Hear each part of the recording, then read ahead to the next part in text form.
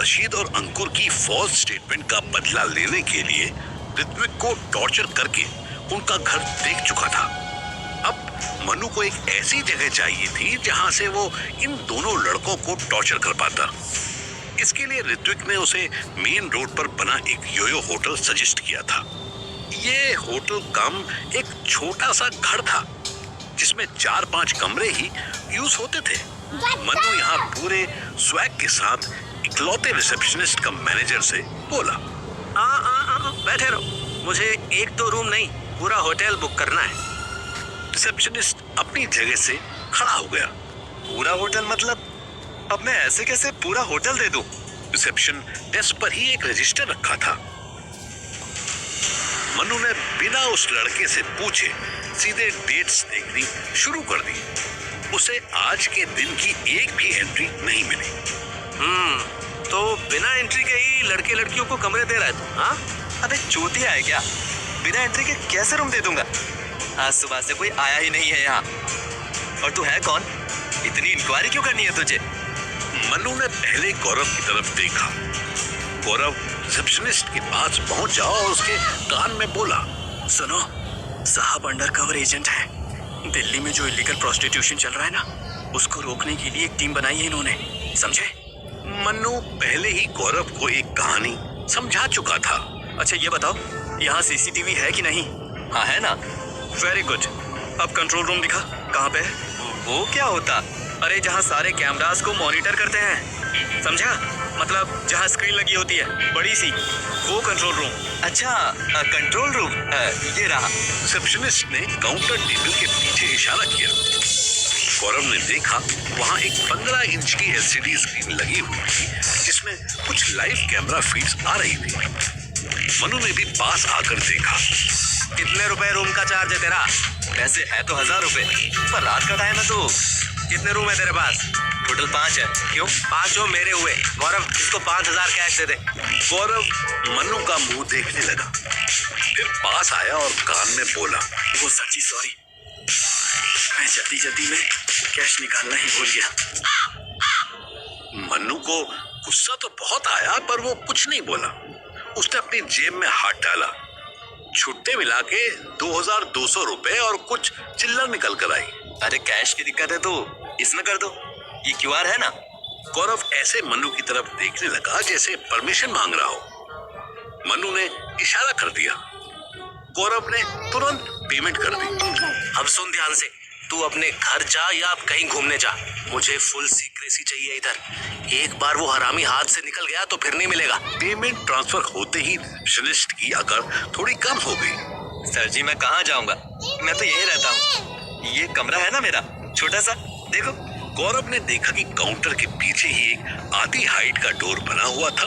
Receptionist उसी चूहे के बिल में घुसकर सोता था। मनु तुरंत समझ गया कि ये किसी का केयरटेकर था जिसे बिल्डिंग ओनर ने योयो खुलवा कर दे दिया था। अब ये सयाना दिन भर में 2-4 गेस्ट बिना एंट्री के बुलाकर अपनी जेब भर लिया करता था। ठीक है, तू यहीं रह, रिसेप्शन पर ही खड़ा हो, लेकिन हमारा साथ दे। अगर ये गिरोह पकड़ा गया तो तुझे इनाम भी मिल सकता है। इनाम? कितना इनाम होता है इन पे? ये लड़की बेचने वालों पे? यूं समझ कि एक पे 2 लाख है और ऐसे 3-4 लड़के तो हैं ही। रिसेप्शनिस्ट हिसाब लगाने लगा। मनु ने गौरव को बाहर चलने का इशारा किया। अच्छा सुन, तू आराम से कैलकुलेट कर ले, हम अभी आते हैं, ठीक है? साहब ये तो 6-7 लाख बन रहे हैं। 6-7 नहीं, 6-8 लाख। 3 या 4 लोग हैं, 3 या 3.5 नहीं। चल गौरव। सर जी ये पैसा ये टैक्स फ्री होता है या इसमें टैक्स भी कटेगा? मनु ने जवाब देना जरूरी नहीं समझा। दोनों आकर गाड़ी में बैठे। सर जी अब प्लान क्या है, एक बार सही से समझा दो। समझा दूंगा, टेंशन क्यों लेता है? आज रात तेरी लाइफ की सबसे इंटरेस्टिंग रात होगी। चल पहले शॉपिंग करने चलते हैं।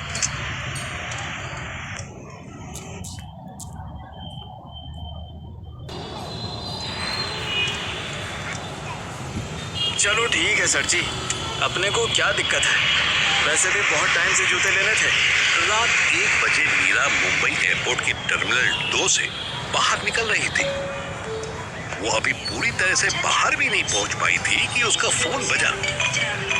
हेलो, कौन? दूसरी तरफ से एक फॉर्मल लड़की की आवाज आई। Hello, miss Meera, I am Suhana Siddiqui on behalf of Vishal music studio. Can we talk for 2 minute?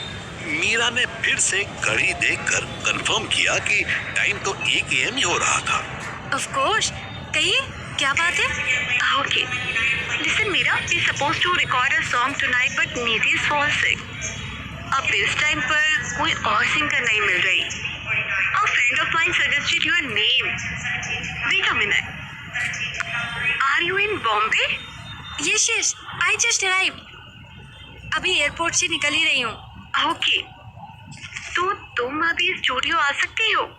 हाँ जी, बिल्कुल आ सकती हूँ। डोंट माइंड मीरा, बट तुम ये सा को शा बोलती हो, तुम गाओगी कैसे? अरे डोंट वरी, ये प्रॉब्लम सिर्फ बोलने में है। मैं सिंगिंग के टाइम बिल्कुल परफेक्ट प्रोनाउंस करती हूँ। ओके देन, तुम एयरपोर्ट पर हो, दैट मीन्स 30-40 मिनट से ज्यादा नहीं लगेंगे। तुम स्टूडियो आकर गार्ड से कहना कि सुहाना मैम ने बुलाया है। Got it? Yes ma'am, got it. कॉल काटते ही मीरा झूम उठी। Yes yes yes yes yes, Bapu Shri ने सही बोला था, आधा ही काम मिल गया। यूहू! मीरा अपनी खुशी में भूल ही गई कि वो एयरपोर्ट पर खड़ी थी। जब उसे रियलाइज हुआ तो देखा 10-12 लोग उसी को देख रहे थे। तूने तो वीडियो रिकॉर्ड भी शुरू कर दी थी, पर जैसे ही मीरा ने घूर के देखा वैसे ही फोन जेब में डाल लिया। मीरा ने मुस्कुराते हुए अपनी ट्रॉली उठानी चाही, पर वो वहां नहीं थी। अरे मेरा सूटकेस कहाँ गया? मीरा ने इधर उधर सब तरफ निगाह मार ली, पर उसका ट्रॉली बैग कहीं नहीं दिखा। जब वो फोन पर बात कर रही थी तब किसी ने मौके का फायदा उठाकर चुपचाप उसकी ट्रॉली को अपनी बनाकर ले गया था। मीरा की आंखों में आंसू आ गए। उसने एक राह चलते आदमी से पूछा, हेलो, एक्सक्यूज मी सर, मेरा बैग गुम गया है। मैं क्या करूं? किसके पास जाऊं? मुझे कुछ समझ नहीं आ रहा है। उस आदमी ने इशारे से लॉस्ट एंड फाउंड बैगेज की तरफ इशारा कर दिया और चला गया। मीरा ने घड़ी देखी, 1:10 हो गए थे। अगर वो बैग के चक्कर में रहती तो उसकी सिंगिंग अपॉर्चुनिटी छूट सकती थी। उसने बैग का मुंह छोड़ा और टैक्सी करके बांद्रा के लिए निकल गई। पूरे रास्ते मीरा की आंखों में आंसू भरे रहे, पर उसने उन्हें बहने नहीं दिया। अगर आंसू बह जाते तो उसका काजल फैल जाता और सारा मेकअप खराब हो जाता। मीरा फिलहाल ये रिस्क नहीं लेना चाहती थी। वो स्टूडियो पहुंची। सुहाना उसका बाहर ही इंतजार कर रही थी। अब ये वो सुहाना नहीं थी जो स्टेशन पर गौरव को सस्ता वड़ा पाव खिलाकर फिर गंदे से लॉज में चली जाती थी। अब सुहाना सूट बूट वाली कॉर्पोरेट एम्प्लॉय हो चुकी थी। सुहाना ने अपने बात करने का तरीका भी बदल लिया था। मीरा तो जानती भी नहीं थी कि जिस सुहाना को मैम कह रही है वो कभी गौरव की शॉर्ट टाइम गर्लफ्रेंड रह चुकी थी। क्या यार, इतनी स्लो क्यों आ रही हो? जल्दी चलो। अरे पर ma'am 2 minute.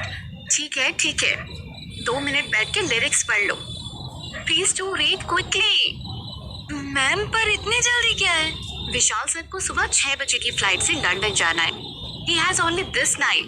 And Neeti the fucking bitch him at the last minute. वो तो फॉर्चुनेटली तुम्हारा वॉइस सैंपल था सर के पास, फिर तुम्हें कांटेक्ट किया, then here you are. चलो बहुत हो गया इन्फॉर्मेशन का exchange. Now prove yourself. Grab this opportunity. ये पढ़ो, जल्दी से याद करो और जाओ अंदर रिकॉर्ड करो। मीरा ने लिरिक्स पढ़ना शुरू किया। ये सॉन्ग किसने लिखा है? Ashifa the great. और कौन लिखेगा? आशिफा? आशिफा कौन? अरे आशिफा को नहीं जानती? She wrote 5 back-to-back chartbusters. Meera ने मुंडी हिला दी और पढ़ने लगी। ये सैड सॉन्ग है, so please be aware of the emotions. Web series में सिचुएशन ये है कि बॉयफ्रेंड अपनी लिव इन पार्टनर से ब्रेकअप के बाद उसका और अपना दोनों का सारा सामान लेकर चला गया है। This song is very close to मेरा कुछ सामान। Okay, go on. मीरा ने इस सिचुएशन को अपने ट्रॉली बैग चोरी होने वाली सिचुएशन से कंपेयर कर दिया और सच में परेशान हो गई। सुहाना ने उसे अंदर भेज दिया। विशाल एक हेडफोन लगाए बैठा था। उसके असिस्टेंट आशीष ने मीरा को ब्रीफ कर दिया। फाइनली मीरा अपना पहला गाना रिकॉर्ड करने जा रही थी। शिवानी रात के सन्नाटे में अपने भाईजी की दुकान से कोई 12 किलोमीटर दूर एक उजाड़ जंगल जैसे एरिया में आ खड़ी हुई थी। चारों तरफ से बस झींगुर और कीड़ों की आवाज आ रही थी। उसके भाईजी गाड़ी में बैठे थे और वो खुद सड़क से थोड़ा अंदर झाड़ियों के पास आ गई थी।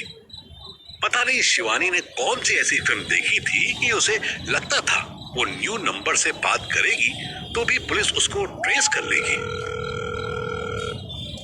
जब उसने देख लिया कि कहीं कोई आसपास नहीं था, तब उसने मन्नू को कॉल मिलाया। पूरे बेल जाती रही पर मन्नू ने फोन नहीं रिसीव किया। शिवानी ने फिर उसे कॉल किया। मन्नू कॉल कहां से रिसीव करता? वो तो मोबाइल साइलेंट करके अंकुर को उसके घर से उठाने का प्लान बना चुका था। दिल्ली में जब मन्नू और गौरव जी भर के शॉपिंग कर चुके थे, तब उन्होंने अंकुर के घर के बाहर गाड़ी रोककर उसे वॉच करना शुरू कर दिया। रात के 1 बजने आए थे पर अंकुर अभी तक नजर नहीं आया था। सर जी, इस ऋत्विक चूतिए ने कहीं गलत हाउस तो नहीं बता दिया ना? इसी बिल्डिंग का 2nd फ्लोर था ना? बताइए। मन्नू के पास अच्छी क्वालिटी के नाइट विजन बाइनोकुलर्स थे।